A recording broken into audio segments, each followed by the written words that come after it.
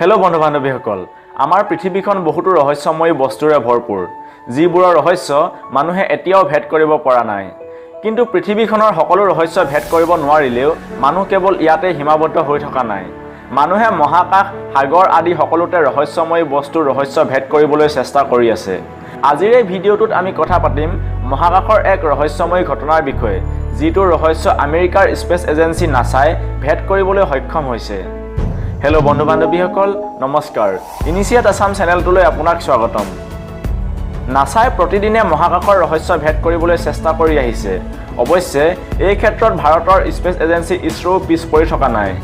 কিন্তু নাছাই এতিয়া মহাকাশত যিটো বস্তু বিচাৰি উলিয়াইছে আপুনি জানি আচৰিত হ'ব। নাছাই মহাকাশত বিচাৰি উলিয়াইছে এটা বহুমূল্য খাজানাৰে ভৰপূৰ ধূমকেতু। এই ধূমকেতুটো বহুমূল্য ধাতু সোণ, প্লেটিনাম, কপাৰ, আইৰণ, নিকেল আদিৰে ভৰপূৰ। আলুৰ আকাৰৰ এই ধূমকেতুটোৰ নাম দিয়া হৈছে 16 চাইকি। এই ধূমকেতুটোৰ মূল্য ইমান যে যদি ইয়াক বিক্ৰী কৰা হয় তেতিয়াহ'লে পৃথিৱীৰ প্ৰতিজন ব্যক্তিয়ে প্ৰায় 9,621 কোটি টকাৰ মালিক হ'ব। আহক জানি লওঁ ইয়াৰ বিশেষত্ব কি। দৰাচলতে 16 চাইকিৰ আৱিষ্কাৰ এনিবেল ডি গেছপেৰিছে 1852 চনৰ 17 মাৰ্চতে কৰিছিল। এটা ৰিপৰ্টৰ মতে এই ধূমকেতুটো আগতে এটা গ্ৰহ আছিল, কিন্তু এটা সময়ত ইয়াৰ এটা ডাঙৰ অংশ নষ্ট হৈ গ'ল।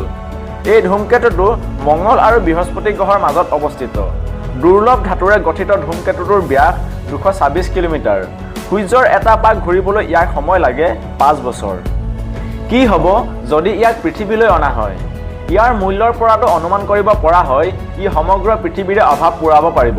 কিন্তু নাছাৰ ৰিপৰ্টৰ মতে যদি ইয়াক পৃথিৱীলৈ অনা হয় তেন্তে আন্তঃৰাষ্ট্ৰীয় বজাৰত খলকনি লগাব, ধাতুৰ মূল্য কমি যাব আৰু অৰ্থনীতিত বহুতো প্ৰভাৱ পৰিব। বৰ্তমানলৈকে ইয়াক পৃথিৱীলৈ অনাৰ একো প্লেন নাই। নাছাই লঞ্চ কৰিব ৰবটিক স্পেচ মিছন। সোনকালেই নাছাই ইয়ালৈ পঠিয়াব যান। অনুমান কৰা মতে 2022 চনৰ জুলাই মাহত নাছাই ইয়ালৈ পঠিয়াব যান। 7 বছৰ অধ্যয়ন কৰাৰ পাছত 2030 চনত ঘূৰিব এই যানখন। তেতিয়াহ'লে বন্ধু বান্ধৱীসকল, আজিৰ এই তথ্যসমূহ কেনে লাগিল জনাব। ভিডিঅ'টো ভাল পালে লাইক কৰিব, শ্বেয়াৰ কৰিব আৰু ভৱিষ্যতেও এনেধৰণৰ গুৰুত্বপূৰ্ণ তথ্য পাই থাকিবৰ বাবে চেনেলটো ছাবস্ক্ৰাইব কৰিব। জয় আই অসম।